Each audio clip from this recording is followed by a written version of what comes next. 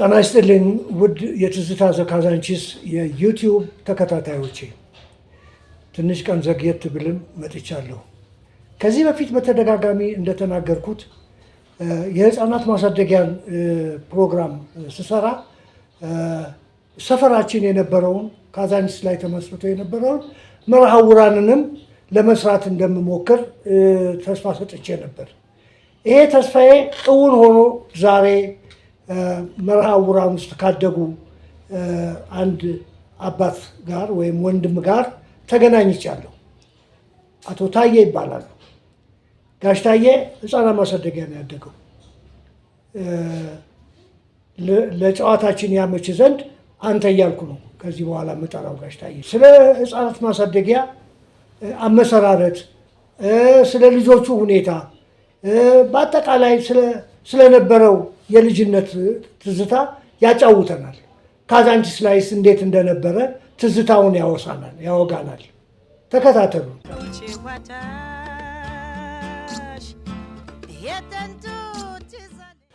እንኳን ደህና መጣህ ጋሽ ታዬ።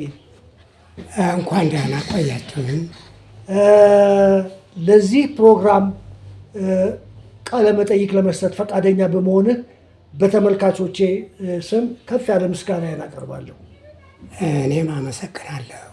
እስኪ ወደኋላ ልመልስህ። ምናልባት 50 እና 60 ዓመት ሳይሆን አይቀርም፣ ከዛም ሊበልጥ ይችላል እና እስኪ የመርሃ ውራንን እድገትህን እስኪ እንዴት እንደገባህ እዛ አጫውተን እስኪ።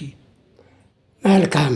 እኔ የገባሁት በ1945 ሲሆን የተወለድኩት ያን ጊዜ ላስታ አውራጃ በሚባለው ቅዱስ ላሊበላ ደብር አቅራቢያ 25 ኪሎ ሜትር ያህል ርቀት ላይ ነው እና ወደ 11 ዓመት ሲሆነኝ የአይን ህመም አጋጠመኝ እና ከባድ ትኩሳት ነበር።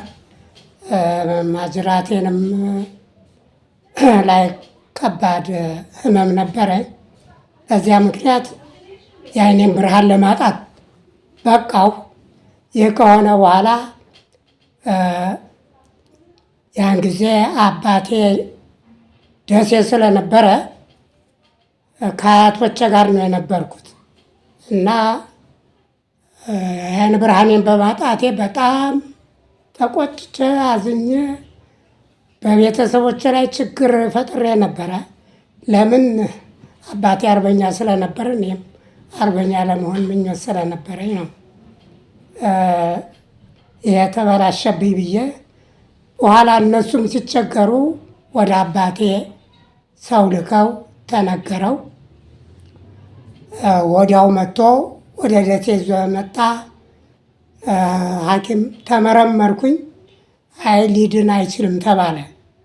ይህ ሲሆን ደግሞ እኔ አባቴንም ማስቸገር ጀመርኩኝ።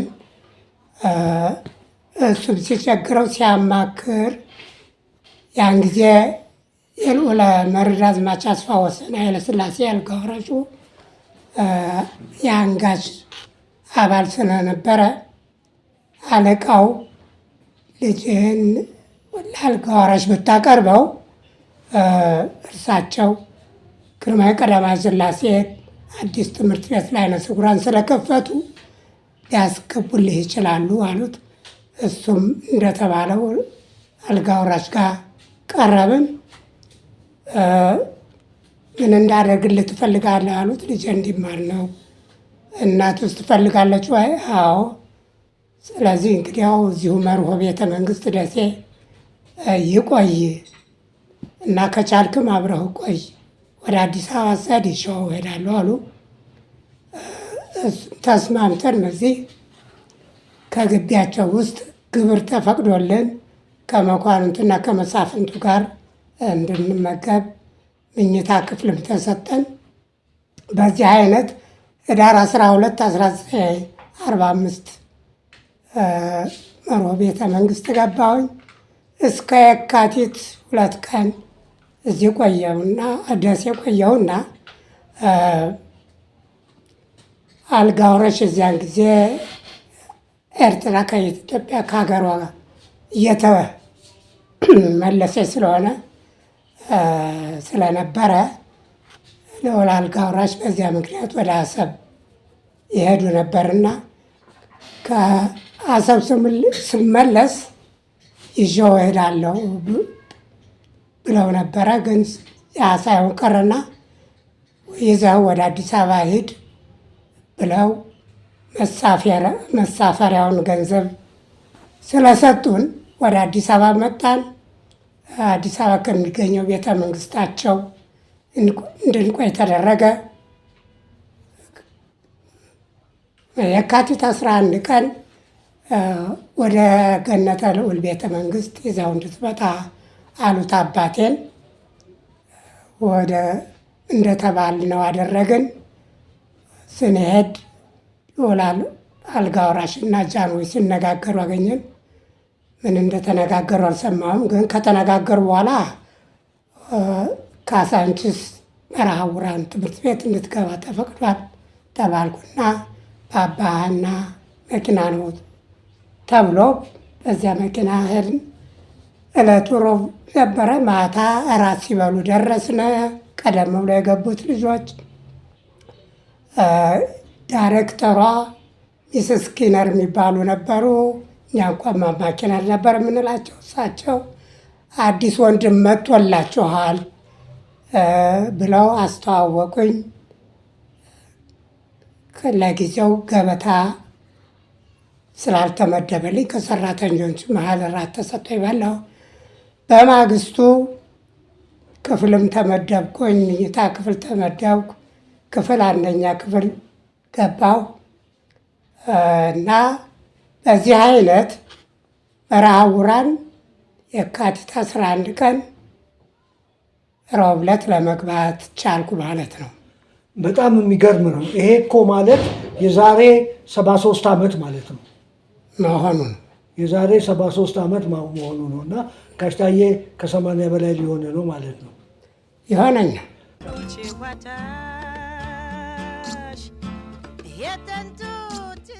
እስኪ እዛ ስትገባ የነበረህን ስለ መርሐውራን ሁኔታ እንዴት ነበር? አመጋገቡ፣ ትምህርት አሰጣጡ፣ እስኪ ያንን እስኪ ያጫውተን። አይ ቢፈቀድልኝ በቅድሚያ ግርማዊ ቀዳማዊ ሥላሴ መርሐውራንን ለመክፈት ባሰቡ ጊዜ አስቀድመው ያደረጓቸው ዝግጅቶች ነበሩ። እነዚህን ዝግጅቶች ብጠቅስ ደስ ይለኛል ከተፈቀደልኝ። ግርማዊ ቀዳማዊ አፄ ኃይለ ሥላሴ በጠለላት ወረራ ጊዜ ለ5 ዓመት ያህል በስደት ቆይተው በድል እንደተመለሱ ትምህርትን በኢትዮጵያ ለማስፋፋት ታላቅ ጽኑ ምኞት ነበራቸውና አይነ ስውራንንም በዚህ ለማካተት ስለፈለጉ በየጊዜው ጠቅላይ ግዛት ጉብኝት ሲሄዱ አንድ አይነ ስውር ልጅ ሲያገኙ ይዘው በመመለስ ለተወሰነ ጊዜ ቤተ መንግስት እንዲቆይ ካደረጉ በኋላ በዚያን ጊዜ እንጦጦ ስዊዲሽ ሚሽን ከሚያዩት ጎን ለጎን ለአይነ ስውራን ትምህርት ይሰጥ ነበር። እሳቸውም ያገኟቸውን ልጆች ቤተ መንግስት ካቆዩ በኋላ ወደ እንጦጦ ስዊዲሽ ሚሽን እንዲገቡ በማድረግ አስፈላጊውን ክፍያ እየከፈሉ የቁሳቁስም ድጋፍ እያደረጉ እንዲማሩ እያደረጉ አቆዩቸው። ከነዚህ ውስጥ ወንድማችን አበራ ጉልልባት ይገኝበታል። 5 ነበሩ በዚህ አይነት የገቡት እና ከዚህ በኋላ በሌላ በኩል እንግዲህ ትምህርት ቤቱን የሚያስተዳድሩ ሰዎች መርጠው የመረጧቸውም በዩናይትድ ስቴትስ ፔንሲልቫኒያ የሚገኙ ሜኖናይት ሚሽን አባላት ነበሩ። እነሱን ወደ አዲስ አበባ እንዲመጡ አድርገው ትምህርት ቤቱ እስኪከፈት ድረስ በሌሎች ትምህርት ቤቶች እያስተማሩ እንዲቆዩ አደረጓቸው።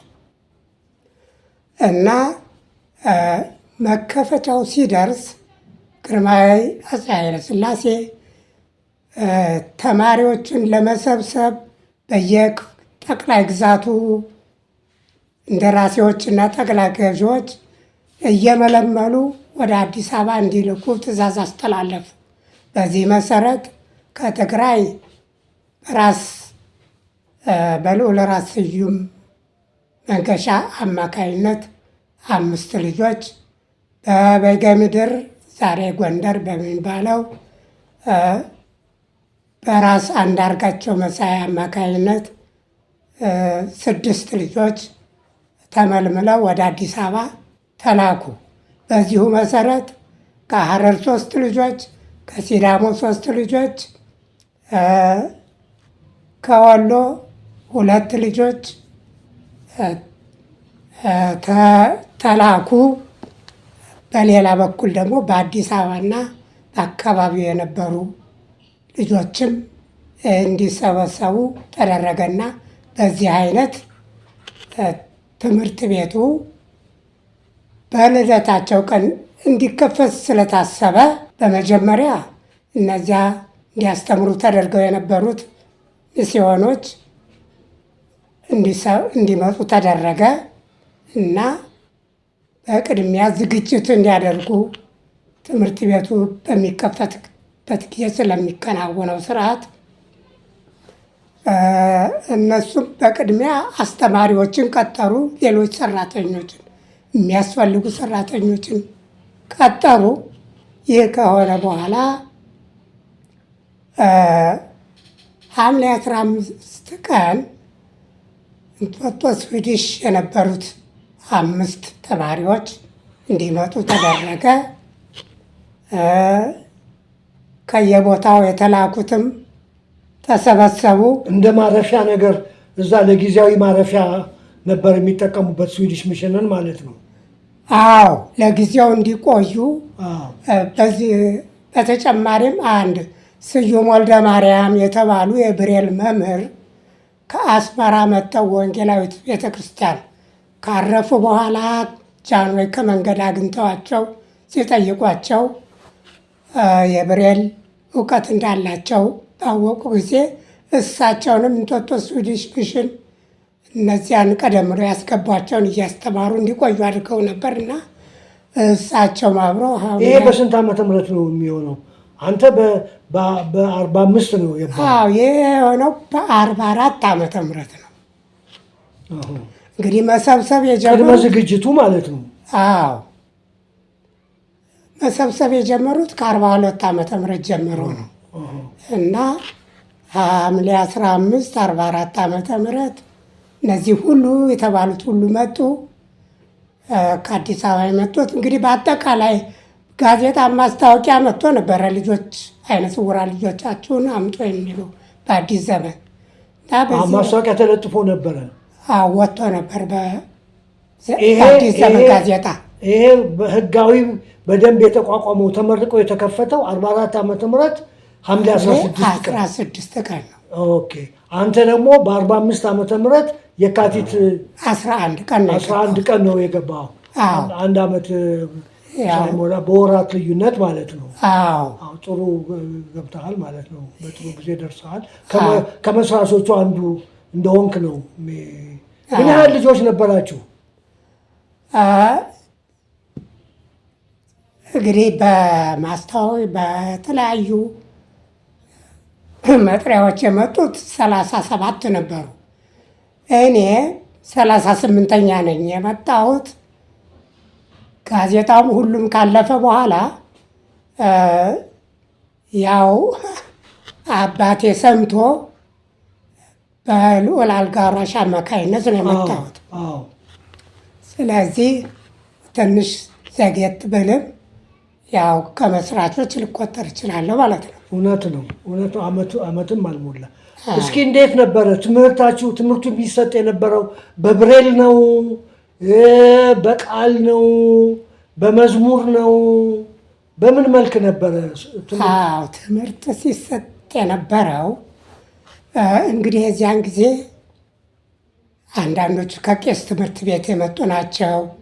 አንዳንዶቹ አይናቸው ከመጥፋቱ በፊት ትምህርት ጀምረው የነበሩ ናቸው። ከተለያየ የኋላ ታሪክ የመጡ ናቸው። ስለዚህ ትምህርት ቤቱ አስተዳዳሪዎች ያደርጉት ምንድን ነው? ከእንጦጦ ስዊዲሽ ሚሽን የመጡትን 4ኛ ክፍል ሌሎችን በየደረጃቸው የእድሜ ልዩነት አለ።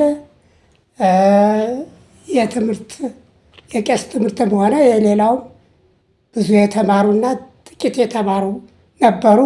ስለዚህ ምን አደረጉ? ከ1 እስከ 4 ደለደሏቸው እና ወዲያው ማስተማር ጀመሩ። ሐምሌ 16 ቀን ተከፍቶ በ17 ማስተማር ጀመሩ። እስከ 4ኛ ክፍል ደልድለው ማለት ነው። አዎ እስከ ገና ድረስ አስተማሯቸውና ፈተና ተሰጠ። ፈተና የተሰጠው ደረጃቸውን ለመለየት እንዲያስችላቸው ነው እና ፈተና ሲሰጥ ያው ውጤቱን መሰረት በማድረግ ሽግሽግ ተደረገ። በተጨማሪ 5ኛ ክፍል ተከፈተ። 5ኛ ክፍል ሲከፈት ያው ከእንጦጦ ስዊዲሽ ሚሽን የመጡት 4ቱና አንድ ከሌላ የመጣ በቂ ችሎታ የነበረው 5ኛ ክፍል ተመደቡ። እንግዲህ እኔ በገባሁ ጊዜ 5 ክፍል ነበር ማለት ነው። የካቲት 11 ስገባ እኔ ያው 1ኛ ክፍል ገባሁኝ። ትምህርቱን በየደረጃው ሲሰጥ አንድ ከባድ ችግር ነበር። ለ40 ልጆች ተብሎ ነው ትምህርት ቤቱ የተከፈተው፣ ለወንዶች ብቻ ነው። ሲከፈት እኔ ስገባ 38ኛ ላይ ወዲያው ተከታትለው 2 ገቡ። ከዚያም እየተከታተለ ጠያቂው በዛ። በአጭር ጊዜ ውስጥ ወደ 60 ደረስን። እነዚህን 60 ተማሪዎች ለማስተማር ክፍል ያስፈልጋል። ግን 6ኛ ክፍል ለመክፈት አልተቻለም በቦታ እጥረት። የተደረገው በኋላ 6ኛ ክፍል ለመክፈት ተደራራቢ አልጋ አመጡ። በተደራራቢ አልጋ ስንተኛ ለ6ኛ ለመክፈት ቦታ ተገኘ። 6ኛ በ48 ዓመተ ምህረት ተከፈተ። 6ኛ ክፍል አዎ ሲከፈት፣ በሚቀጥለው ዓመት ግን 7ኛን ለመክፈት ምንም አይነት ቦታ ሊገኝ አልቻለም። ስለዚህ ምን አደረጉ? ለመጀመሪያ ጊዜ እስከ 6ኛ ክፍል ያላችሁ ከ1 እስከ 3 ያሉትን የማስተማር ልምምድ አድርጎ አስተምሯቸው፣ ሂሳብ፣ ብሬልም ሌላውንም አስተምሩ ተባልነ።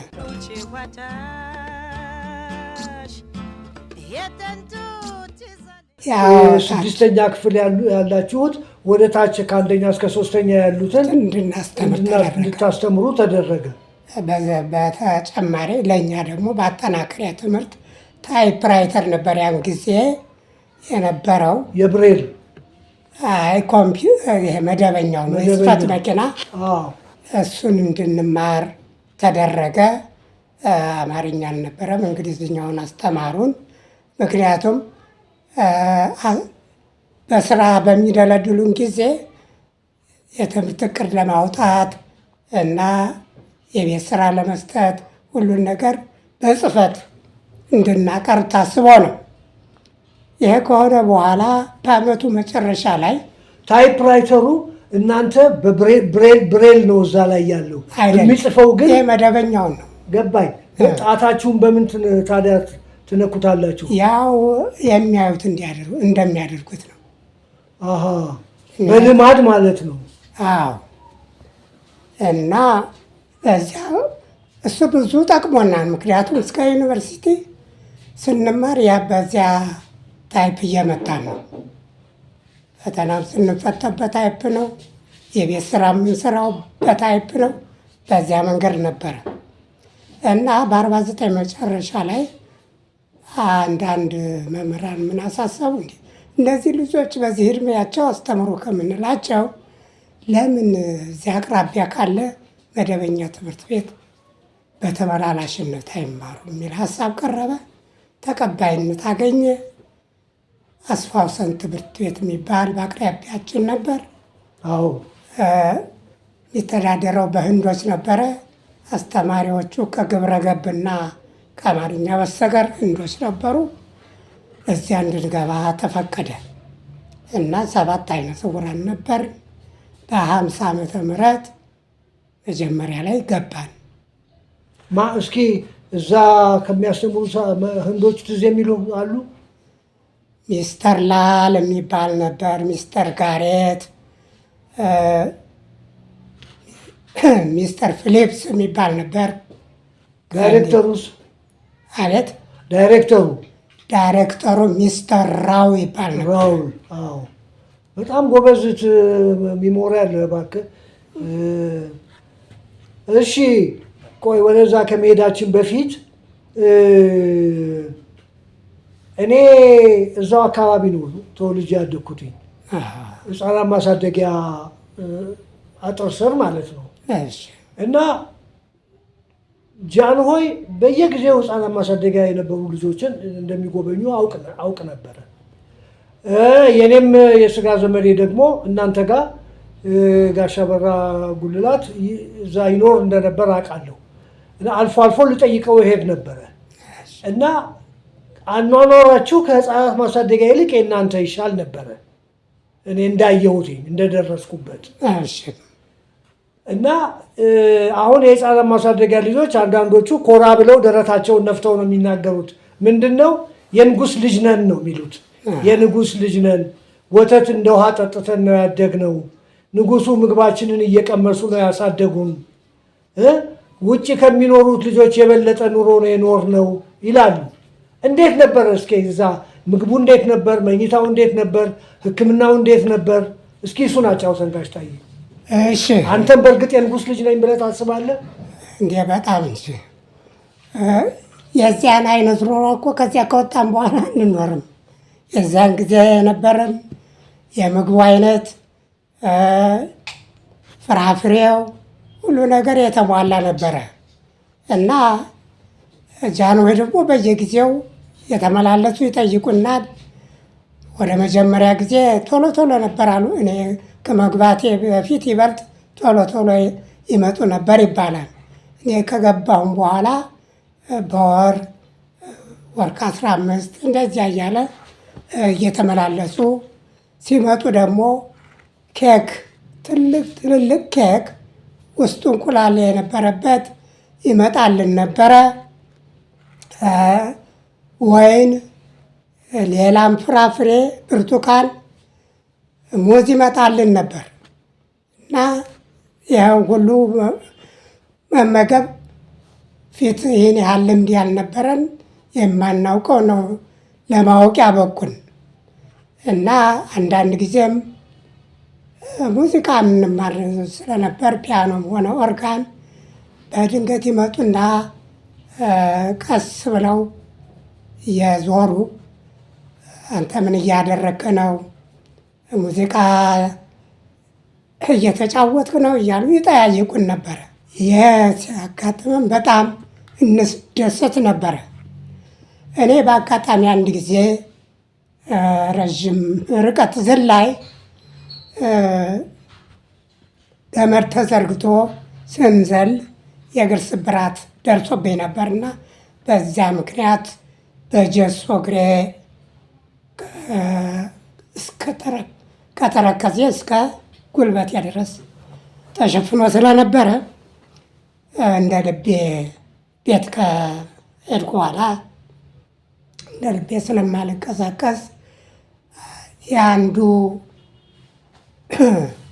ሚስተር ዳንኤል ሳንሰንግ የሚባል አለቃችን ልጅ ጋሪ ፊት የነበረች በሷ ጃንሆይ ሲመጡ ከምኝታ ቤት ወሰዱኝና የዚያን ጊዜ ማይተው ሁኔታዬን አይተው ጠይቀው አይዞ ብለው አበረታተውኛል። የእግርህን መሰበር አይተው ማለት ነው? አዎ።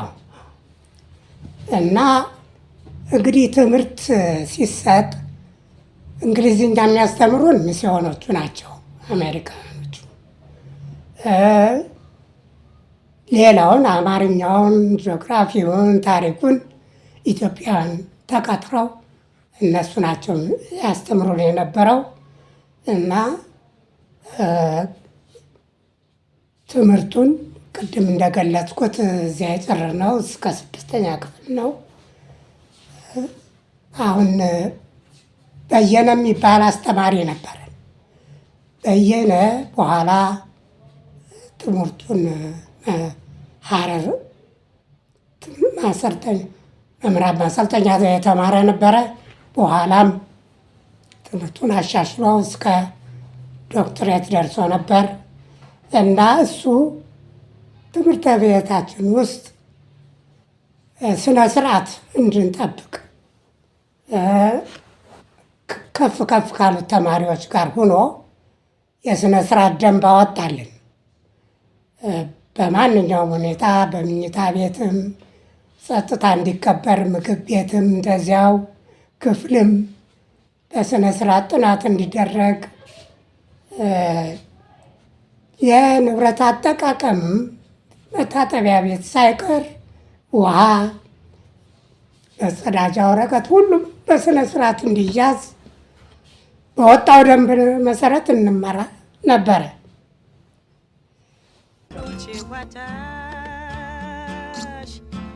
የጥንቱ